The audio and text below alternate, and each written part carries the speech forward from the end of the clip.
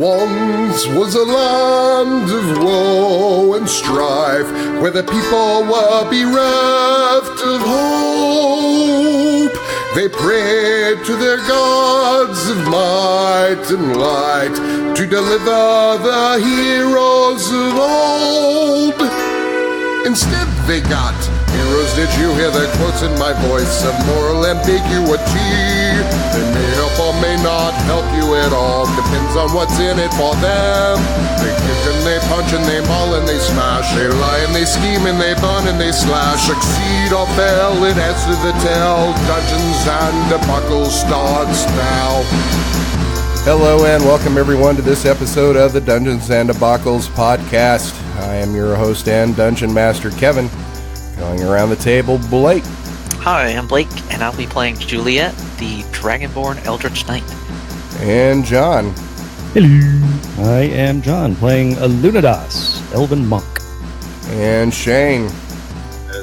Playing Alexander the Bard. And Oliver. I will be playing Edel Belmont, the half-dwarf paladin. And joining us this week, Hannah. I'm Hannah. I'll be playing a character yet to be named. Alright, so the last time on Dungeons and Debacles podcast, Juliet tried to go do a good deed and completely fucked the party, but was able to escape by setting the tent on fire, where she was trapped by some of Grom's henchmen.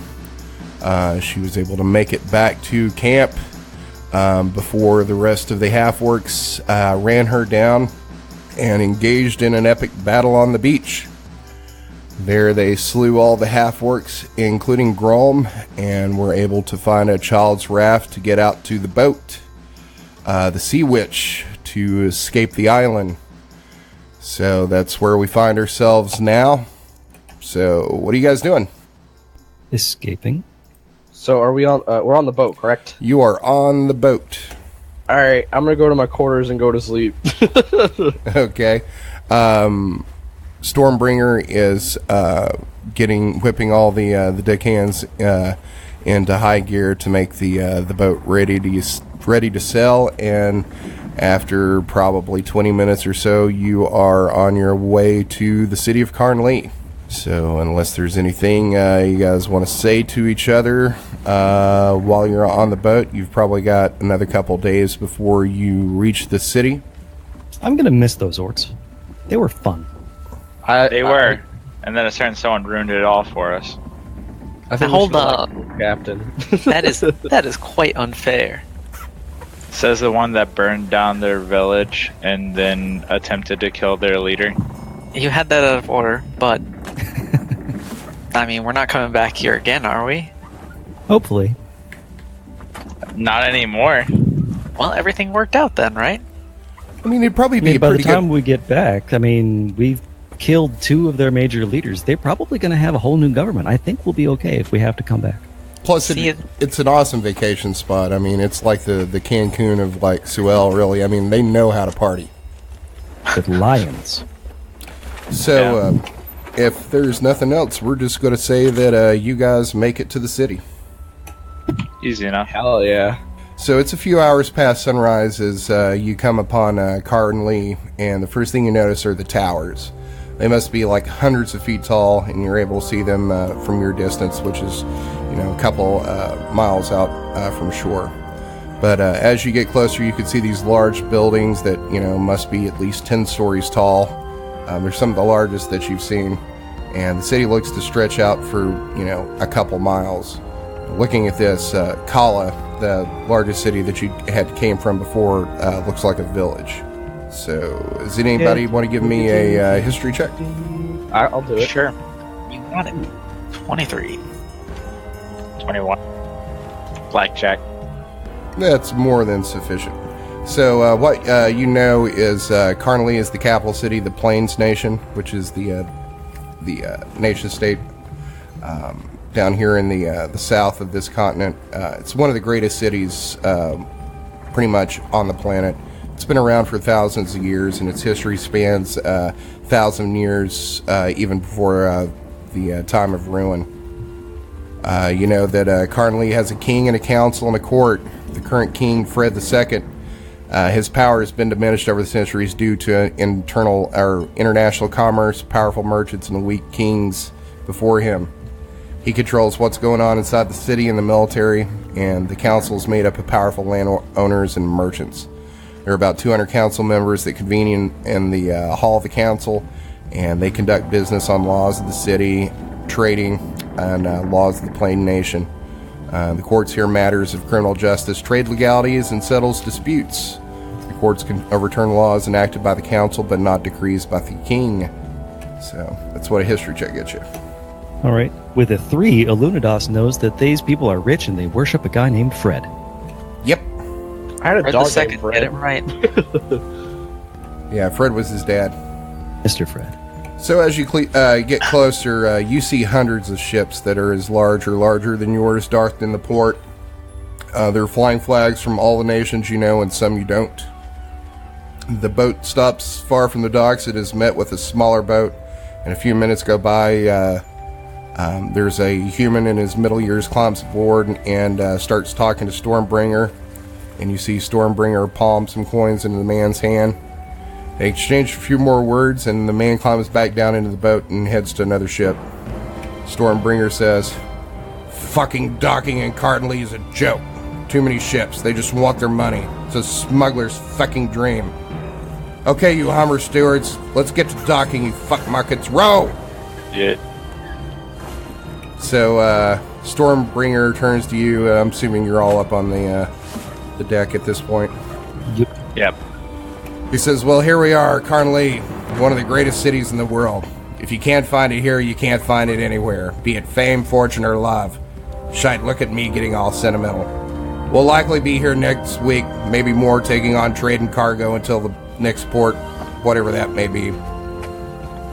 I've done what I've said, and I've delivered you here. Good luck to you. Our paths may cross again or not." And then he reaches his hand out to Alexander to shake it. I shake his hand. So Sure we can't convince you to come with us? You have a way of talking that I just love. got pretty words coming out of your pretty mouth, but adventuring's a young man's game. Oh, well, that's too bad. I don't want another love interest, please. I go on to part the ship and tell him to take care. Aye. I wave goodbye with a handkerchief. We'll miss you, And- you old sea goat. And as you do that, give me a perception check, Edel. Nice. 8! Yeah, you don't notice Richard off in the corner flipping you off behind your back. Oh, damn. I feel bad. Isn't Richard the one I gave a devil deal to? No. Richard's the one that sang the song about you making fun of his name. Thank you, Richard. So the guy he made the deal with, is he getting off in Carnlee to seek fame and fortune? Isn't he dead? Give me a perception check. Okay. You notice he's John. You notice he's already off the boat. You guys hit shore, and he dipped. Good for him. He's gonna burn in hell. Yeah, but he's going to be singing pretty till he gets there. Yeah. Until then, we should show him the best movie Maybe. ever made. Maybe he'll start singing the blues. All right, so you guys getting off the boat and headed to the docks. Yep. Are we on the South Docks right now? All right, you all should be able to see the map now in roll 20. Yep. Dope. Let me see. He's pretty. It's pretty and huge. Where you guys find yourself starting out is down here at number 1, which is in the South Docks of Carnlee.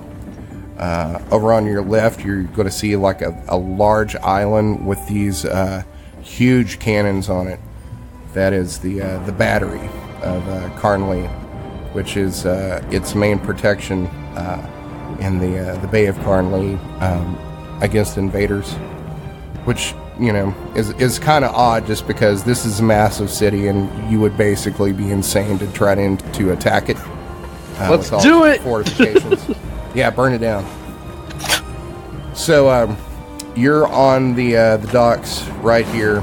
You walk out into the dock area over here at number 2.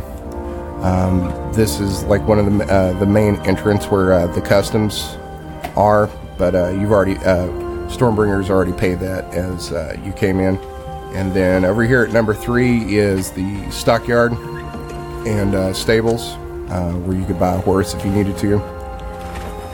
And over here at number 8, where I'm pinging, is the southern market, which is basically, you know, like when you're going to the grocery store and they've got up like the tabloids and all like the quick purchase stuff, like impulse buys. That's why they stick the market right there at the mouth of the docks. So you got to come through the market, you know, to buy stuff before you do anything else in this side of the city. Of course. We have 2 south markets here in Carnlee. I judge them. Let's go to the good south market. So you Quick walk question. off. Okay, go ahead.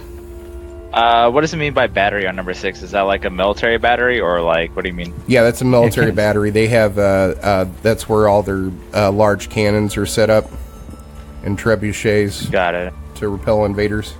So right here is the market. Over here is the this is actually the militia base, their fort. You walk off the boat and onto the docks, and you see all the races here that are represented, and you hear as many languages as being spoken. A lot of them you don't recognize. There's a large cargo offloading area, and there's large warehouses full of goods over here in this area. This is kind of like the warehouse districts left and right here. You see and smell produce and spices, fish, livestock, and everything in between. And beyond the docks, you see the main avenue that runs through here. Is filled with vendors selling just about everything that you can imagine. And the streets are just jammed with people. And as you work into the flow of the street, you're occasionally being bumped and jostled by people moving and walking faster ahead of you and trying to get by you and walking against you. And then, Alexander, you're going to feel a hard bump into you, like down low. I quickly turn around to see who bumped into me. Okay, so when you turn around, you notice that there's a human girl that looks about 11 years old that just slammed into you hard. You turn and look. You know, she appears to have your bag of holding. She sees you see her and takes off running. Oh, shit. I sprint after her. That's got literally all our money. Do we notice any of this, the rest of us? Give me a perception check. 13. Anybody else want to give me a perception check? I'll do it. What the hell? 6. There we go. Got a bad roll out of the way. So, what you're going to notice is you see Shane take off running in the opposite direction that you're moving, but you don't see what he's chasing. Should we go after him for whatever he's doing? I'm asking this in character. Blake, Oliver, are you there? Yeah, sorry, I forgot I was on push to talk. I assume I see like all of this happen since I got a 19. Yeah. Alright, so I immediately notice and I start running and then I wave my hand for everyone else to start coming. Can I make an athletics check to see if I can catch her? You absolutely can. Cool, I'll go ahead and do that. That's a 16. Hannah, can you give me an athletics check? I sure can. Alright, so that's a 4. Shane takes off running after this little girl that has his bag of holding through the streets.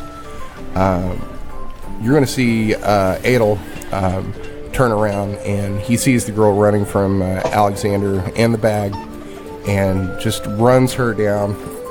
This little girl is actually going to trip on somebody's foot and then just bite it in the street. Does kind of like the face forward slide, like you're a baseball player sliding into a base. Alright. So Gracious. now that you caught her, what are you doing? I jogs grabbed up. the bag. Didn't I catch her? Like, you little thief! I caught her. Yeah, Edel actually caught her. Okay. Gotta go fast. Yeah, Alexander's lucky that he was able to run at all, is my guess. Sure. I open his bag. I snatch it out of his hand before he can look inside. Give me an That's athletics Sleight check. of hand? Or Yep. sleight of hand. Give me a opposing either strength or athletics, Edel. Yeah, you're not getting this bag away from Edel if he doesn't want to give it to you. Hey, give me my bag. So I open it and I go and I look into it and I go, why is it so deep? It's a big bag. Give it back. What is this? Can I make an Arcana check since I don't know what it is? Yeah. Or Okay. history. Wow. That is a 23. Yeah, you know exactly what this is. This is a bag of holding. Where'd you get a bag of holding? Just happened. Found it. I tell everyone else. Well, maybe we should focus less on what's in his bag or is his bag, and more on the person we've caught.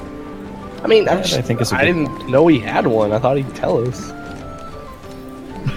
I'm not too surprised by any sort of deceit from him. Just a What about weird this thing to girl? hide.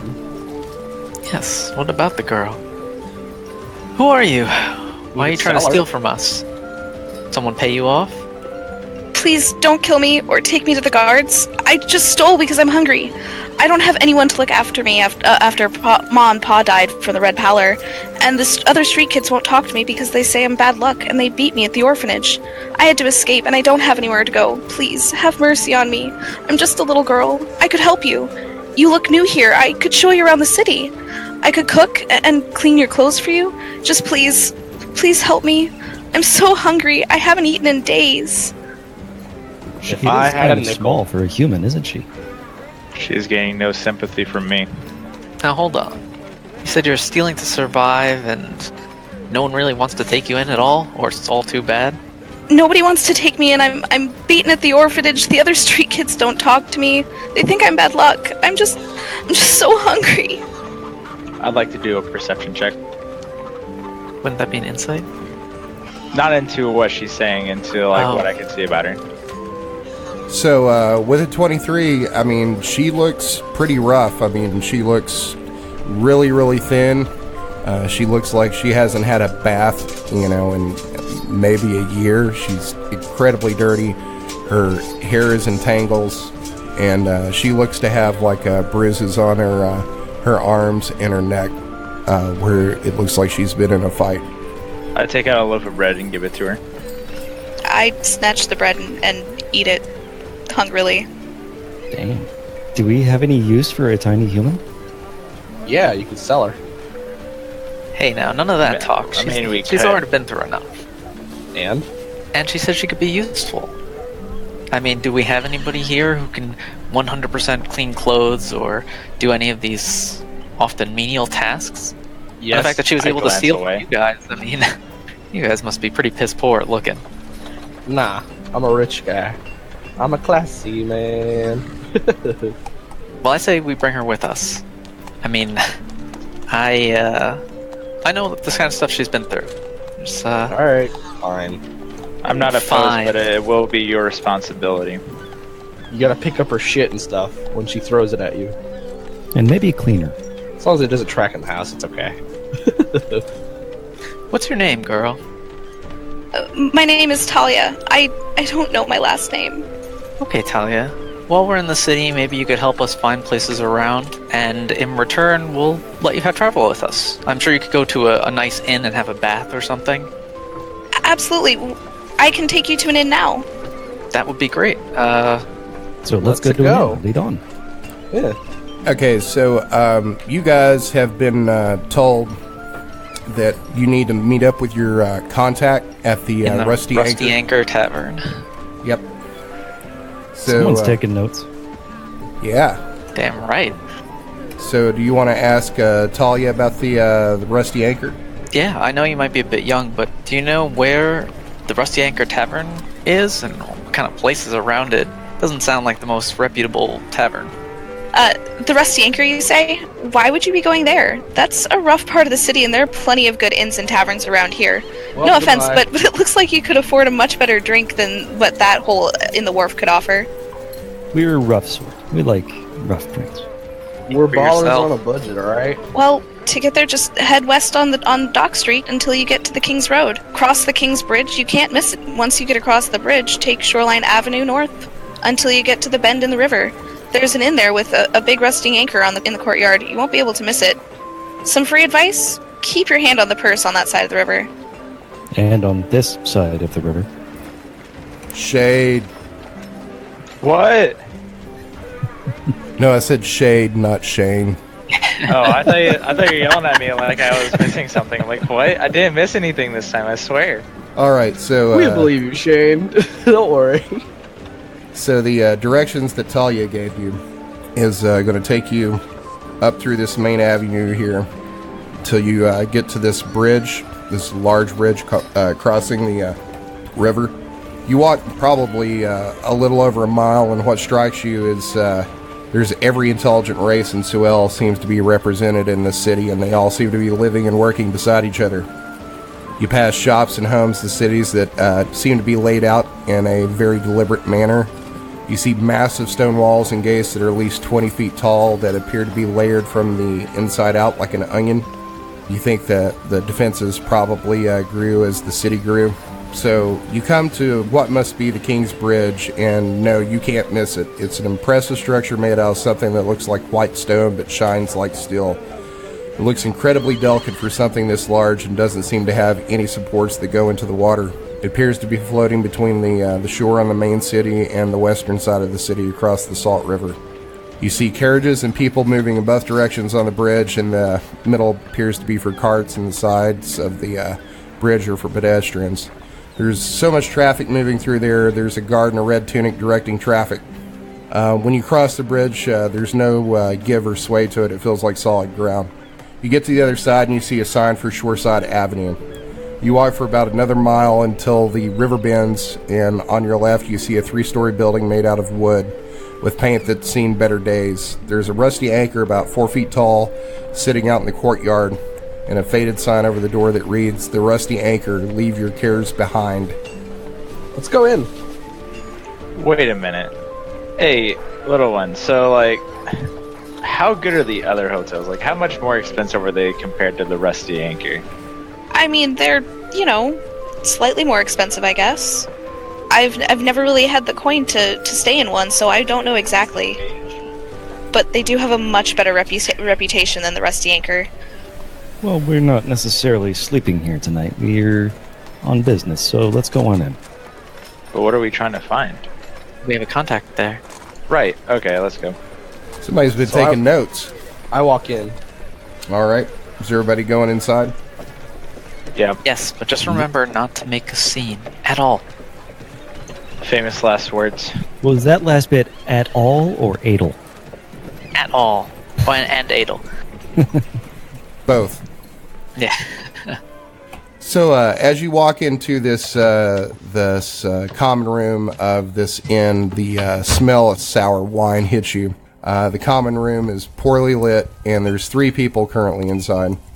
The barkeeper, a dwarf that appears to be passed out at a table, and a halfling who appears to be in his young adulthood sitting on a bench with a small table in front of him. He's barefooted, wearing a top knot and a long handlebar mustache. He's dressed in a fashion that went out decades ago and smoking a long pipe. He has a sign hanging off the table that reads, "Poetry on the spot, 3 coppers."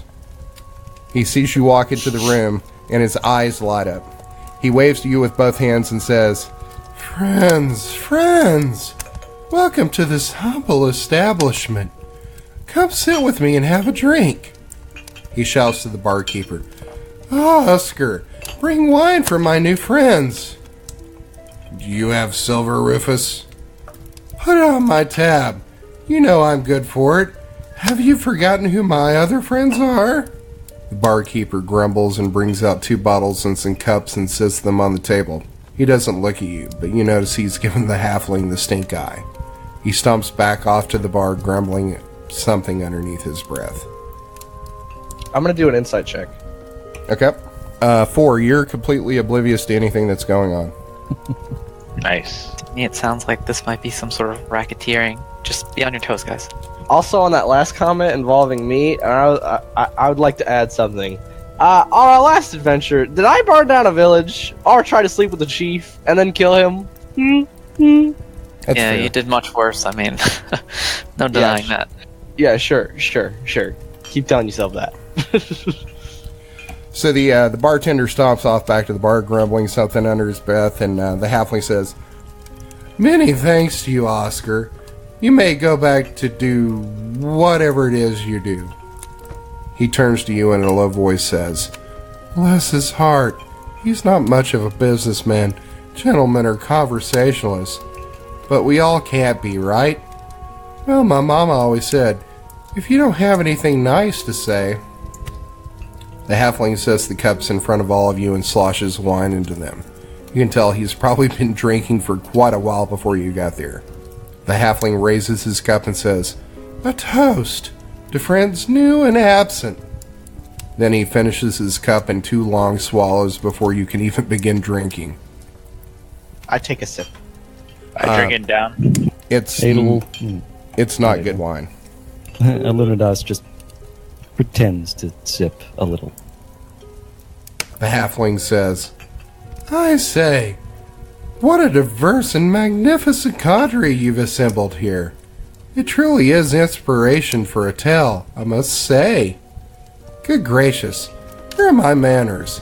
I was so excited to see new faces I haven't properly introduced myself. I'm Rufus Fairright, a bard of some middling talent. I specialize in on-the-spot, improvised poetry and aura reading. I'm reading such a combined aura from you. It almost brings me to tears. I'm so inspired. I'll write a verse for you. Free. No, don't try to compensate me. I won't hear of it. This one is pro bono." The halfling takes up his quill and dips it into an ink pot and wipes the excess on his mustache. He puts his quill to the parchment and begins to furiously start scribbling something out. After a few minutes, he says, "There, perfect." He takes the slip of parchment and creases it. He hands the slip of parchment to Alexander and puts his head on his hands and looks at him expectantly. I start reading it out loud. But you might not want to read it out loud after you read the first sentence. Oh, that's good. The Red Mistress cares not what the sheep think about the shadow of her wings, nor the nor the heat of her breath, nor the terror that of her wrath, nor the change she brings. Her dark cousin with black scales and acid breath set those with ambition on a path of glory and gold. Those brave few only need whisper his name. So the halfling's just sitting there with his head on his hands, waiting for you to react. You have an interesting talent, sir. Yes. But what do you think about the poem? I see that you seem to have a knack for information not given. Maybe we should sit down and have a talk. Yes. But first, answer me the riddle of the poem. Ruin. No, Sesh. So you say ruin, and he kind of cringes a little bit, and then he, because as you know that you don't really say Ruin's name as Ruin. It's considered kind of offensive to the Red Talons. And then he hears Alunodas say Sish, and then his smile gets really wide. Good. I'm so relieved I don't have to. Well, let's not talk about unnecessary ills. Word came ahead of you last week after your discoveries and circumstances from our favorite, shall we say, massage therapy establishment? I was expecting you days ago by Nafron's accounting. I still don't know how you could have gotten here that quickly, but I digress. My apologies that you had to come to this low part of the city, but I'm on the, only friend Davik here. Those of, our, shall we say, ideology have to keep our acquaintances, separate by necessity. I can't tell you much about where you go from here. I'm just a humble messenger. I've been instructed to arrange lodging at the Carnlee Inn and stable as well as suitable clothing and horses. 4 rooms have been arranged under the name Doral Fetch at the inn, and your clothes will be waiting on you. I regret that I was not informed about the girl, but I'll have a tailor sent. I have also been instructed by our benefactor to give you this. Rufus hands you a sack with 200 gold in it. It should be more than adequate for your expenses in the city. If you have any questions, I'll advise you if I know the answer.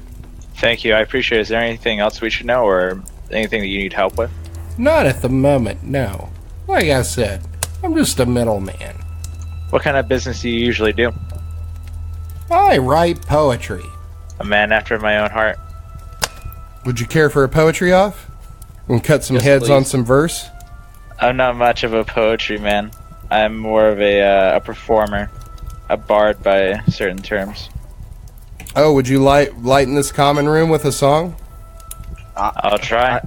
I take it my How flute. much for a poem? 3 coppas. I give him 3 coppers. Shane and I are going to be performing a little song while Rufus writes. I guess. I'll be the background music. I'm gonna use my flute, so it's a +2 on it. Yep. 25. Yeah, all 2 people in the room are very impressed. A whole 2 people? Wow. Well, 3, but the dwarf's passed out. After a couple of minutes, he pulls out his poem and hands it to you. It's terrible. What does it say? There once was a dwarf from Carnlee, whose beard was as lush as could be. He quaffed him some ale, his breath started to fail, and then something that rhymes with Carnlee. And he gives you a big smile and says, "Thank you, dear sirs and lady, for your patronage." As the girl, do you know the way to this inn he spoke of? So, yeah, she would know the way to the end. It's not far behind the South Docks merchants. If you take a look at the map, it is right here behind the militia base. All right, let's go get her cleaned up and get ready to go upriver. All right, so at this time, it is getting on towards dusk, and near the Carnlee Inn and Stables, and it's an expansive structure. It's about 10 stories tall, and it's made out of white marble. It takes up almost about 100 yards on a side. Attached to it is a massive stable that you could estimate would house about 300 horses at any given time, and 100 carriages combined. The sign out front appears to be magically lit with fairy fire. There are 2 guards and silver plate mill standing at attention at the entrance, and as you walk inside the open doors, the lobby is impressive. There are sofas everywhere and massive fireplaces on each of the 4 walls. There is a half-elf wearing a neat and pressed uniform at the hotel counter that you think you would probably need to deal with. I walk to the counter. The half-elf says, "Greetings, my name's Thad. How may I help you?" Hey, Thad. We have a room under the name of Dorofetch. "Oh, yes. Good day to you, Master Fetch. Your rooms are ready and I'll have hot water, food, and wine brought to you. You must be tired from the long journey from Fairdale. Thank you for choosing the Carnlee Inn and Stables. Please let us know if there's anything we could do to make your stay with us more pleasant." And then Thad snaps his fingers and a young boy in a uniform brings around a cart and says, "Hi, my name's Steve. I'll help you to your room. Please put all your luggage on my cart and follow me to the elevator." Thank you, Steve. I put my stuff down in this thing, keeping my bag of holding. What's an elevator? An elevator? You've never been on an elevator? They're a magical and wonderful thing. You don't have to take stairs. Why are you lying to me? Don't know. I want to hear more about this. What, these things lift you up? Yes, Like a set of wings? they can lift you up and down. What I hear is it's a platform that's been magically enchanted with a permanent tensor's floating disc spell. Okay, I think you've had a little bit too much to drink, buddy. Okay, can we get another one? I don't drink. I'm only 14 years old. And I was drinking by the time I was 8. Well, you must have had awful parents that didn't care or love you. Just ignore him. We'll go up to our room now using this elevator. Alrighty, follow me. I follow. So he leads you down the hallway, and he opens a door. Inside appears to be like copper from lining all the walls, and there is a stone platform that he walks onto and pushes the cart out onto it. So is everybody getting in? Yep. Where's this weird box gonna take us? He says, "Oh, don't you worry. I know it could be scary the first time." And then Steve just says, 12. And then the platform begins to rise. I immediately start screaming in terror. He says, "That's okay, big man. It'll be all over soon. You're as safe as can be." So he kind of like gives you the side eye. After a few seconds, the elevator stops at the top floor, and Steve leads you out into the hallway into your rooms. I jump into the hallway onto my hands and knees and gasp for air. So Steve like turns around and looks at you, and then looks at the rest of the party, and then shakes his head. Yep. He says, I guess he doesn't get out much. I look ashamed and I said, yeah, he doesn't. Thankfully. Anywho, here we are. Some of the best rooms we have. They even look out over the king's palace. And then he turns a key to each one of the 4 rooms and opens the doors and hands the keys to you and says, "Thank you for staying with us. Just let us know if there's anything we can do to make your stay more pleasant." And then he holds out his hand. I shake it. I'm going to give him 5 gold.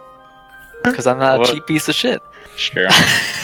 So he kind of gives Alexander the side eye, and then smiles. I give him 3 gold as well. Yeah, smiles as you give him the gold. He says, "Gee, thanks. Enjoy your stay and let us know if there's anything I can do." And then he walks off down the hall. Before he goes, we ask him to draw a bath for each of us. He says, "Yes, the maids will be up in just a few." So you enter the rooms, and they are like palatial. Large beds and sitting areas and sofas and tables and writing desks. There's large oil lamps and a fireplace in each one of the rooms. And there's even a separate room for using the bathroom. Man, isn't this fancy? A room just for shitting. Yep, there's also a bathtub in there, and after a few minutes, some maids bring you some hot water to wash, and some butlers bring you some food. Juliet, I assume that you'll be helping the little one take a bath. Of course. I'm sure she knows how to clean herself, but maybe we could do something with their hair. I might not know how to clean myself. It's Roll been history. a while. Well, then we'll do our best to get you all cleaned up. Away from the prying eyes of some people. Thank you so much. And eat up. We've got plenty of stuff and plenty of gold to spend it on. I shove food in my face with zero care about what people think of me. So after about an hour you're there, a seamstress comes to your room and with some different materials to make clothing for Talia. I asked the seamstress for pants and a shirt, no dresses. She looks a little surprised, but she says, "The customer's always right." Indeed. So she makes you a blouse and some pants. She's brought some boots in various different sizes for you to try on, and she's also made you a cloak. I can't believe that this is actually happening to me, so I'm trying to take advantage of being able to get new clothes and be clean and food and all that kind of stuff as long as possible, because I'm pretty sure that this isn't gonna last. Like I'm scared that I'm just gonna get kicked again. So like Has your anyone screw. seen that Eddie Murphy movie with it's where he's like a homeless dude, and then like a bunch of rich people make a wager that like Trading Places with Dan Aykroyd. yeah, I think so. That's one of my favorites. That's all I can think about right now. Put her in charge of a Fortune 500 company. Yeah, exactly. Fantasy Fortune 500. Make her the king of Carnlee over a bet for $1. $1 whole. So after a few hours of measuring and cutting and sewing, she comes up, her and her assistants come up with 3 different outfits for you. And one of them's a dress because she says you'll never know when you need one. How old are you, little one, again? I'm 11. As best as she could figure, she's 11. Okay. I'm this many. I asked She the holds up a piece seamstress of to see bread. if she could make a bit of a bigger outfit for her so that she can grow into it. She says, yes, of course. Thank you. Good thinking. So after you've bathed and eaten and some outfits have been put together for Talia, it's getting on later into the night. Is there anything that you want to do? I would. I sit down Talia and I ask her if she would lower her defenses for a second so I can use a spell on her real quick. I disclose what the spell is going to do and what my purpose is for. It's going to be suggestion, and it's going to be so I can make sure that you're not some sort of accomplice to one of our enemies or somebody trying to get a one-up on us. Whoa. That is completely unnecessary. Whenever we find a random girl on the street and we take her in, I'm not taking a risk with my life. Well, we already said that she's going to be my responsibility. That's true, but I'm not letting your responsibility in my career. I agreed to lower my defenses. It's a wisdom save, so like if you were to concentrate enough and like pass the wisdom save, you could go against it. This is out of character. I suggest to her that I'm gonna use suggestion in my level 2 spell slot, and suggest that she answer all my questions truthfully and without reserve. That's a wisdom save, you said? Yeah, I mean, that's why I was asking you beforehand, so that the wisdom save doesn't really matter, and you just let it happen. Yeah, okay. Well, she can still make a wisdom save. If she wants. Nope. Do you have any secret agendas that we don't know about? No, I'm 11. Do you have any association with anyone besides us? Bro, I'm In 11. terms of, I mean, there are a couple of orphanages I've been kicked out of, but no? I glance around to everyone else to see if they have any questions that they'd like to ask. She Yes. seems like a perfectly ordinary girl. How many times have you slept outside? I can't count. Can you read? No? I go Cool. on end suggestion. See, I told you she's just fine. Never hurts to make sure.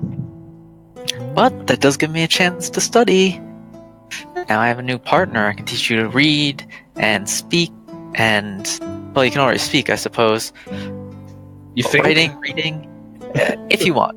You're going to pull a My No, Fair it's- Lady on her? The rain and spade falls mainly on the plain. The life of the wife is ended by the knife. This dude. But yes, I would love to learn how to read and write. Ooh, I'm already gonna have fun, and I bet you they have a huge library here. Talia would know that yes, in fact, they do have a huge library here. It's one of the largest and oldest on the entire planet. Damn. And if you look at the map, it's up here at Thought we were number planning on 20 heading in upriver, though. the. Let's not get too attached. Oh, well, I mean, I could take out some books. And We're going to Go to need the library to see a recent bill or statement with your current address. So, okay. Is there anything else that you want to do tonight? I think I'm good. I head to bed. Yep, I think we've done all we can. Shane, you want to jump down into the secret channel with me? I guess. You know that thing you do. Give me a wisdom save. Yep. 8. Your dreams are going to be kind of troubled tonight. You're going to have a restless night of tossing and turning, and you are going to have some very strange dreams.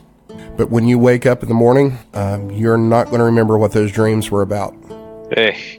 All right, so we're back. Did Shane ever find out what the fuck he's doing? You'll have to listen to the podcast to find out. Damn it. Listen. I'm like weeks behind. What should we do? Well, I'm taking first watch, because force of habit. You're in a hotel, and probably one of the nicest ones, in Suel, much less Carnlee. I mean, you can keep a watch if you want, but you're probably pretty safe in this hotel. Okay. Yeah, the rest of us are just sort of looking at him funny. And you're all not sleeping in the same room either. I mean, you've got enough rooms for everybody to have their own room. And I'm guessing Talia is staying with Juliet. I grab my new cloak and pass out on the floor. Aw. Degenerate. Little ragamuffin. Old habits die hard. We're going to say that it's the next morning. As you get ready, you all hear knocks on the door. And there are trays sitting outside your door with breakfast on them, of some eggs and fruit and some ham. What Alexander is going to notice is there are 2 slips of paper off to the side of his plate. I pick it up nonchalantly and start reading. Check your chat. Meet me at 50 Noble's Court at sundown. Present the guard at the Noble Gate in the northwest of the main city with the second letter. Burn this letter after reading. I go ahead and express this to the party and burn the letter. So, do we have like a suite of rooms that he can do this, or are we all in a hallway? I'm assuming he's probably going to gather you all together. Is the second letter sealed? Check your chat. Okay, we have a second letter. I had 2 letters. The first one says to go to 50 Noble's Court at sundown. Present the guard with the second letter. Then burn that letter, which I had. Then the second one is sealed, and we're supposed to present it to the guard to get in. So when you say wax sealed, does that mean like it's like closing a letter and it's sealed shut, or is it just a letter with a seal at the bottom right as like a sort of signature? It's a letter with a seal as a signature. You can open it and read it. Okay. I was worried about a Rosenberg and Guildenstern sort of thing. Can I see if I recognize the crest on the letter? Because I did have like a royal family at one point. But Shane, do you want to read what the second letter says? Yeah, I'll say it out to the party. Right. People, didn't I read the second one? No, you didn't read the second letter. I read it out loud, didn't I? This is a letter of introduction for Dorfetch. The bearer has my permission to enter the Noble's Court. Ares Goldsmith, Council of Carnlee. You guys do understand what this means, right? We're being introduced to one of the highest of the land. We're going. What does that mean? And we have to go clothes shopping. Gotta get you out of these filthy rags. Alright. I'm pretty sure that my fancy magic robes are good enough for me. They've got. I already gold have stitching. fancy clothes. Oh, well then you two are I'm ready to go prepared. to the tailor. Yeah, you need scale polish Yeah, actually. and claw wax. I don't. Not you. Well, I The do- insecurity. maybe. You need to get your eye horns grinded. You probably don't have eyebrows. What are eye horns? Something Dragonborn have instead of eyebrows to get plucked. Oh, alright. So Rufus told you that you guys would have clothes waiting on you. When you got there last night, you didn't see any. But probably about 30 minutes after you eat breakfast, there's the delivery for each of you of two new sets of clothes. Are And they really nice clothes or just everyday clothes? Yes, they're very nice clothes. These Are they would better be- than mine? I guess. I mean, you're wearing like chainmail. I don't know what you got on No, underneath like, it. I have like really expensive clothes because I came from a rich family. Yeah, but Why you would don't you have keep any those? money anymore. Oh, but it's still alright. Ouch. Fine. I mean, unless you have resources. I mean, you needed money for plate mail, so I'm assuming you don't have that much money. I ain't got no plate mail. That's exactly the point. Fine. So, yes, I mean, they're very nice clothes, and they seem to be similar to the fashion that you've seen rich merchants and what looks like nobles around town wearing. So it's the latest style, and then we'll have a montage of everyone getting ready. You know, trying on different, mixed matches of the outfits. What's the latest style? It's very puffy pantaloons. Oh, and stockings and pirate shirts. Oh. But I don't Pirate. want to be a pirate. I go and get suited up. I asked the tailor if they have anything more my speed. They said, "I'm sorry, we don't deal in burlap sacks." Damn, you just got roasted. Which they just got sassy because you insulted their work. So I guess everybody's getting dressed and you've had breakfast and. Kevin, I got a 16 on that intimidation check. What are you trying to do? I'm just trying to like fucking make sure the fucking help isn't sassing me. What do you say to him? I say, listen here, you little shit. I will destroy you. You know who I am, huh? So you start yelling at this tailor, and he's just gonna peace on out. Fucking better. Don't you sass me. The person's gonna dip your clothes in poison ivy. Doubt it. You're probably right. I Since he already has the clothes. Yeah, it's too late. I'm pretty sure he already left. Like, not with the clothes, though. No, you had the clothes on. Exactly. See? I know. So where are we going now? well, I mean, that's up to you guys. You got a couple hours. We have to all kill day. until sunset when you're supposed to go to this house. If you look up in the on the map, the nobles court community is up here, the very north. You could tell. I'm a noble. You could tell because it's completely surrounded by an inner wall inside the rest of these walls. Yeah, so I'm all suited up, ready to go. Do we have anything worth doing, or are we just chilling in the pad? Well, I was I gonna mean, go shopping for wine. which you absolutely could do. I mean, We think could. Or but, I for mean, we're a gonna get new provided whip wine. or whatever other stuff we might actually need. I mean, yeah. I mean, you could think of Carnlee as basically New York City. If you can find it anywhere, you're going to be able to find it in this city. So if there's anything that you want to go shopping for, be it horses to potions to magical items or Is the nickname weapons, the Big Mango? sure. Well, I know what I really want. Not in character or anything, but like, want to know what I just like want right now for my character. A fancy hat. No, I want a gun, but I don't think I can have a gun. Yeah, the permitting process for guns in the city's insane. First, you have to make No, one. just the invention of the gun. I don't think they exist. They have cannons. So Talia, what kind of area would you suggest? We're looking to buy stuff, and I'm sure you could use, accessories, practical ones. Let's get our Well, knife. the North Market has a wide variety of options. Sounds like a good direction to start. And Talia would know that would be like the Rodeo Drive of... Oh, damn.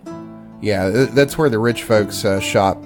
Because right above that, in that area across the canal here, that's like the rich merchant section of town. You're not going to be going there to get like sacks of oats and, grains and flour.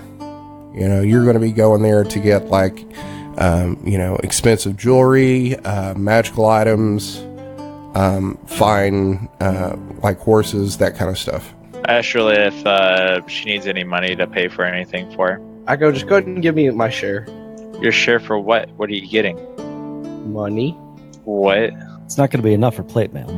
But maybe he can get an exotic whip or a gimp mask. I give Oliver 100 gold. Alright, fine. Now hold on. That's- We do have a couple of items that I'm sure we're not using, perhaps. If you want to try and sell them, this would be the place to do it, right? Yeah, we could liquidate all the random things we have, like all the jewelry or gems and stuff. You absolutely could. I asked the little one where the best place to sell things would be, whether it be the South Market or the other South Market. It depends a lot on what you're trying to sell. If you're trying to sell magical items of this sort, the North Market is probably going to be your best bet. It's mostly just like gems and stuff, random valuable item. Definitely the North Market. The South Market is more for grains and typical household goods. Yeah. I start making my way to the North Market. I ask if anyone wants to come. Where can I sell weapons? Depending on the quality, either market. I mean, the industrial district is closer to the South Market, and also offloading of like trade weapons from like other countries would come in there. So you're going to find, good steel, serviceable weapons, everything from like poor quality to like masterwork quality. But any sort of specialty weapon that you're going to go looking for, be it magical or very fine masterwork with like, let's say, like gold embellishment, silver, and stuff like that, you're going to find that in the North Market. I just start making my way to the North Market. Okay. Did you keep track of what all those items were worth? I did. The gems I had were 30 gold pieces worth. Glass statues and gems on them, things like that. Yeah, I had jewelry that needed to get appraised. 3 statues, which are 100 gold pieces together. A gold ring worth 10 gold pieces. Ivory comb worth 1 gold piece. A razor worth 1 gold piece. Loose jewelry, 10 gold pieces. Perfumes, which is just, I didn't get a value off it. I guess it needs to be appraised. Gold necklaces worth 30 gold pieces. 6 urns, I believe it was 10 gold pieces for all of them. And I have 5 vials of poison. Fantasy accountant. All right, so you're taking that to the North District, and we're going to say that you go to various stores, depending on, you'll go to a jeweler to sell the gems. You'll go to like an antiquities dealer to appraise and sell the statues and urns and stuff like that. Let's say that you go to like all 3 of those vendors and I'm just going to have you give me a persuasion roll, please. 20. All right, so take whatever the combined amount of gold that we said that was worth and add 15% to it. Okay, give me a second. With a persuasion check of 20, because you were able to haggle well. About time. So the value of all of it is 182. What would you say the value of the jewelry that wasn't appraised yet to be? What jewelry was that? There was just some jewelry that it was like collector valued. That was get appraised. That was actually the amulet that is a map piece to Ruin's egg. Okay, then that's not selling. Yeah, I don't think you want to sell that. Okay, did I sell was I able to sell the perfumes, or did I keep those? Yeah, you're able to sell those perfumes. Did I give you a value to that? No. Might want to check with Juliet first. Maybe she feels fancy. I mean, I'm already in the city. I don't think she's here, is she? I'm here. No, like in the North City with me. Oh, with you? Probably not. Yeah, I guess I'll keep those. Okay, so it's 192 altogether. I believe it's 0.15, and I just added it. So it's 220.8, so I'll just round it up to 221. And those vials of perfume are worth 5 gold pieces each. While you guys are out running about, it might not be a bad idea to get Talia some armor. Yes, indeed. And maybe a weapon, because... you lead a dangerous life. That's exactly it. You lead a dangerous life. After, was I able to hear where Juliet was going to go? What do you mean? Did Alexander, know where you were going whenever he left? Oh, I had asked Talia where the best place to buy and sell that kind of stuff was, so I don't know if we actually went. Alexander did. I'll just head to the hotel again. Gotcha. I'm gonna attempt to sell my sword now, so... Which one? The old one. The old greatsword? Yeah. You're going to, find a weapons dealer down in the South Docks area, or the South Market. Give me a persuasion check. Yes, I will try. So, persuasion... 13. All right, not so great. Could be worse. You're going to be able to sell this great sword to a dealer for 30 gold pieces. Can I try and haggle with him? That's what you just did. Alright, I ask him, can you do 40? He says, no, this is used. It looks like it's got a lot of wear in it. I'm actually going to have to ship It's it up. got character. It's got personality. Come on. Right, but how much is somebody going to pay for something like this that's been used? So I've got to make my money. Plus, I'm going to have to ship it off to a guy to take the dings and cuts out of it. Fine. And I shake his hand.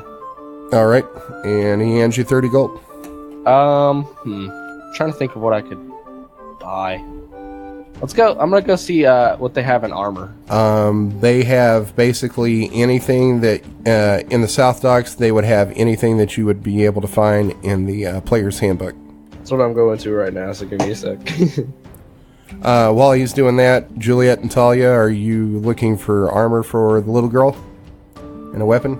Absolutely, we need to make sure she's fitted with armor, weapons, and all the practical stuff. So Talia, I have a bit of gold to spend. What strikes your fancy? We need to make sure that you stay okay. If you're going to join us. I would love some daggers. Sure, we can definitely get some of those. Probably something fancy too. I just love that 11-year-old girl is like, yeah, I'd love to have some daggers. You know, right? She's just trying to protect herself once these guys like kick her out. She still assumes that this is all just some kind of a big joke. That is definitely understandable. Now I have an image of Talia in my head. She's hit girl. Oh yeah, and what does Talia look like? Talia is very short for her age. I probably 4'7", very, very short. I think that's short for an 11-year-old. She's very skinny. She has dark brown hair, tannish skin because she's always out in the sun, and bright blue eyes. So she's hit girl, but tan. I guess. I don't know. I was kind of describing myself, but with dark hair when I was 11. I was very short. Perfect. All right, so I'm guessing you're getting daggers and studded leather armor, or just something lightweight that's easy to run in. Studded leather then would be good. It'll keep you nice and silent too. And So- how much is all going to cost? I'm covering her costs. I guess we should finish making sure that you're done buying things, Talia. To your heart's content. I can't think of anything else. Maybe some. I don't know. I have new shoes now, so thieves' tools. Rope. yeah, those would be great. Some thieves' tools would be amazing. 10-foot pole. Oh, I don't need 10-foot poles. So the studded leather is normally 45 gold pieces, but when you go to the armor to get this, the armor, who is a human, looks at you and then looks at the little girl, and who's like, "You seriously want armor for a little girl?" Unless it's too hard for you to make. No, it's not about my skill. Well, I can't just really make armor for a little girl, so I think I've got some armor made for halflings that would do really well. He goes back in the back and then pulls out a suit of leather armor, and he says, "Try this on." And he gives it to Talia. It's a little small, so he's like, "Give me about 30 minutes, and I'll make some adjustments." Thank you so much, sir. So we'll just say the 30 minutes goes by, and he's got the armor ready for you. He's going to charge you. It's normally 45 gold pieces, but since it's for such a small size and uses a lot less material, he's only going to charge you 35 gold pieces for it. That is a steal. Appropriate. And then you'll be able to find like 2 fine daggers of really good steel for 15 gold pieces. Perfect. Thieves' tools, you're actually going to have to find like a black market dealer for that, because they're not like selling it out on the streets, but after you ask around for a while, you're able to find like a shady dude down by the warehouse district who will sell you the thieves' tools for 20 gold pieces. Awesome. I go back to the hotel, and I'm going to ask Shane for some more money so I can buy some new armor. What kind of armor? Splint, I think is what it's called. How many points does it give you? It'll put me up to about 8. It'll put me up to 18. Where are you at right now? I am currently at 16. How much is it? Well, I have 30 gold, and it's about 200, so... Yeah, it's 200 gold pieces. It's pretty worth. I think so. He's supposed to be soaking up damage. Yeah, I'm thinking about getting a shield as well, so... Sure. Well, you wouldn't be able to use that shield with that Bonebreaker sword. I was planning on maybe also getting, like, some other kind of weapon as well. Possibly. I'll give it to him. Sweet. I think... Let's see. Weapons Oliver can use. You should be able to use any weapon. Yeah. I know. I'm just thinking about, like, what would be fun for my character. I like the idea of a whip and shield combo. Yeah, exactly. Just seems so weird. Well, yeah, actually, that would not be the worst thing in the world. I wouldn't mind that at all. Except you'd be doing 1d4 damage. Yeah. You might want Unless to go you for let him something. get one of those special whips. No, that's not happening. The whip that does 1d10 damage? Yeah. It was Something 1d8 or like 1d6 if I remember correctly. Why not just grab a reach weapon like a halberd or a? Yeah, I completely forget if they call those. Starts with a G. All right, so I get that new armor and I assume that new shield and then a weapon. I assume. Well, how much money do you have? Well, Shane gave me enough for all of that apparently. Okay. I gave him enough for the armor. Which was 200 gold pieces. 200. Yeah, since he had 30. 230. Okay, give me, when you go to, give me a persuasion roll. Okay.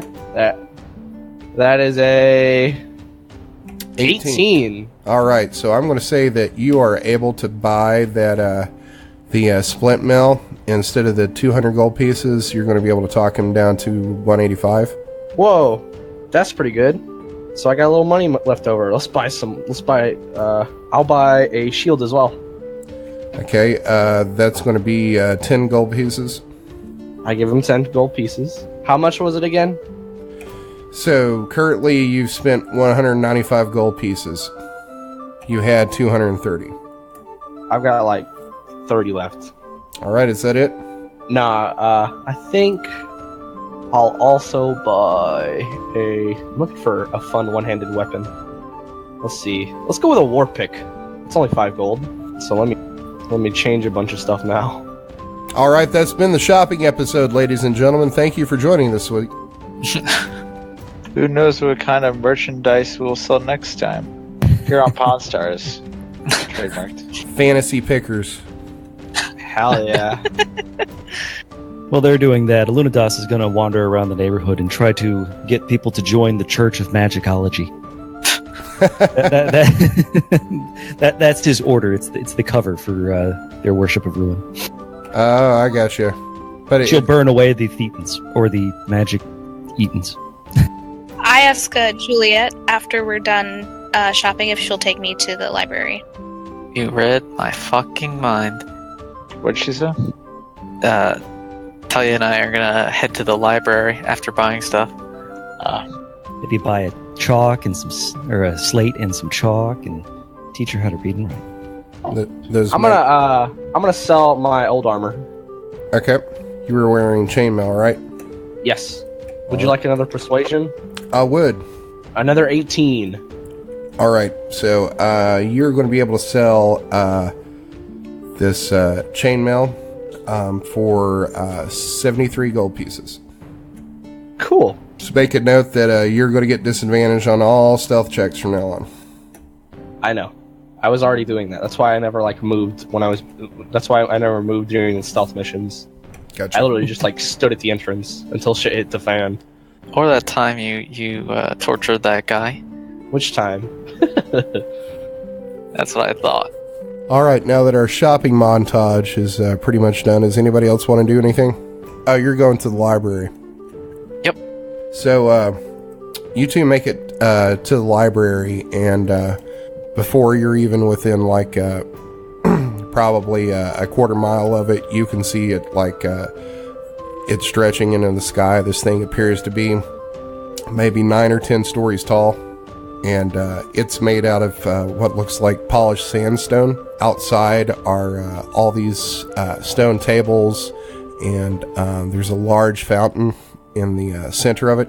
As you walk through the main doors, it's like this towering arched entryway that's probably about 25-30 feet tall. As you walk in, it smells like that old book, like not like musty, but like that really nice library smell. Everything looks like clean and organized and well cared for, and there appears to be a front desk with multiple librarians helping people find stuff.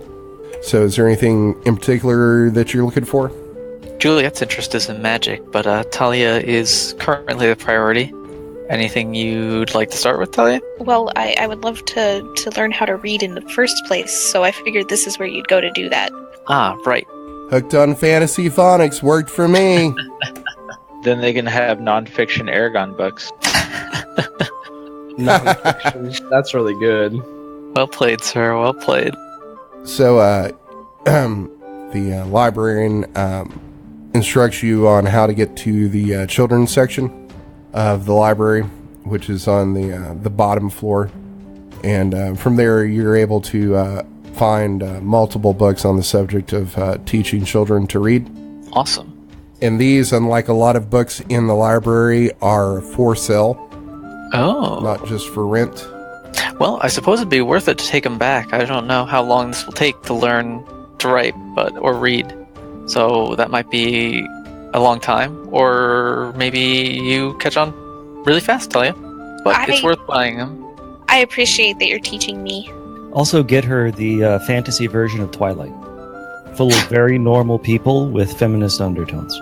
That would be awesome. So you mean just a regular book? Yes, but for teenage girls. Okay.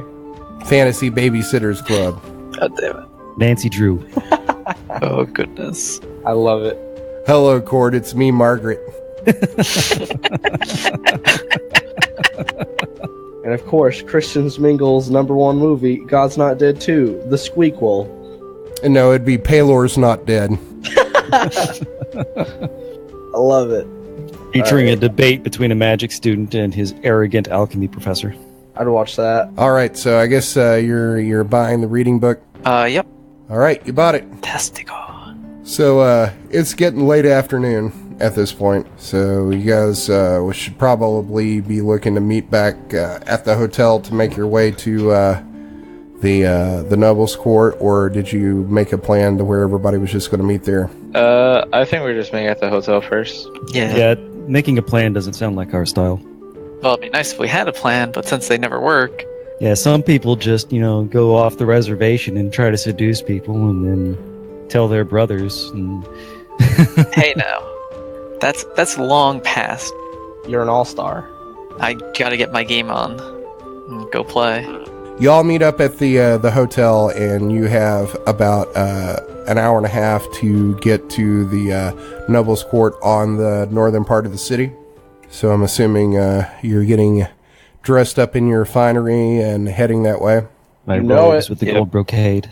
So you head to the northern part of the city until you reach the Noble Gates. Here there are 20-foot tall walls surrounding this part of the city and larger iron bar gates. There are 4 guards outside the gate wearing half plate with red tunics over the top. And as you approach the gates, they stop you and ask for identification. They say, who goes there? Show him the letter. I give him the letter.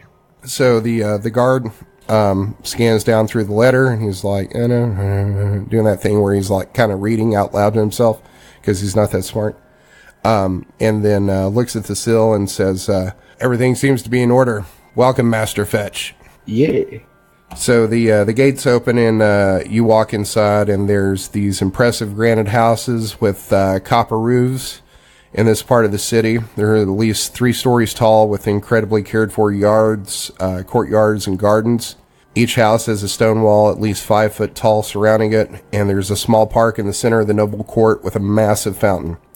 Streets are lit with poles with fairy fire on top, and you walk about 200 yards until you reach your destination. It's a 4-story white marble house with a large courtyard in front, and there's a guard in a tunic at the gate with some sort of sigil you don't recognize, and he greets you. Good evening. Welcome to Ares Goldsmith. How may I help you? We've been sitting here. We're the party of Doralfetch. He says, yes, the mistress is expecting you. Please enter and go in peace. I go ahead and walk. So you walk up to the door and enter, and the hallway of the home is brightly lit, and you can see it's richly furnished with rugs, statues, and art. You enter the living room of the home and see 4 people standing around having a conversation. There's a tall elven woman in a fine red gown, an elven woman in a gray robe, and a tiefling woman wearing a leather jerkin. They see you, stop their conversation, and turn to face you. The tall elven woman in a fine red silk gown smiles at you, claps, and says, "Let us all raise a glass to the heroes of Suel, our dark companions." She begins to laugh, and the other ones join in, raising their glasses to you. And I think that's where we're going to end it. I kind of like the name Dark Companions. It's enough not to get sued by the companions. He's not wrong. Thanks for joining us for this episode of the Dungeons and Debacles podcast. A lot of people say this, but we really do want to hear from you. Are we shinier than a platinum piece, or stankier than a kobold's loincloth? Let us know what you liked and didn't like. Everything helps this make a better podcast for you. Got an idea for monsters, items, and commercials? Let us know about it. You might hear it in the show. Find us on Facebook and Twitter at Dungeons and Debacles Podcast. We also have a website where you can learn more about the characters, lore, and maps of this world. You'll also find articles about Dungeons and Dragons and a whole lot more. Just search Dungeons and Debacles Podcast. Do you think the government of Luscane is spying on you and you don't have a social media account? Then email us at dungeondebacle@gmail.com. You can also check out the theme song and all the commercials you heard on the podcast on our YouTube account. Just search Dungeons and Debacles Podcast. New episodes come out every Sunday, so check your podcast app. And now a word from this week's sponsor.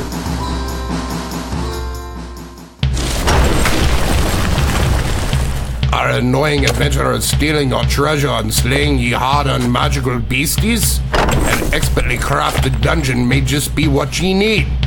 Hell, I'm Brock Stoneshield Jr. of Stoneshield & Sons Dungeon Contractors. When me pa started this business, he had but one philosophy: help people protect what they worked so hard to get. We have free in-tower consultations to design a lair just for your needs. Our expert dwarven stonesmiths will help you build a dungeon of your dreams, and we can work with any budget. Spike traps, we got 'em. Flame pillars, no problem. Bottomless pits, we're the best in the business. Do you already have a dungeon and want to upgrade? We can help make it even more secure. With a combined 600 years of experience, there's no dungeon too big or too small. We do them all. Just contact Stoneshield & Sons Dungeon Contractors for all your dungeon needs. The music you heard on this episode was Teller of Tales, Majestic Hills, Fairy Tale Waltz, and Water Prelude by Kevin MacLeod at Incompetech.com. Licensed under Creative Commons by Attribution 3.0. You can find that license at creativecommons.org/licenses/by/3.0.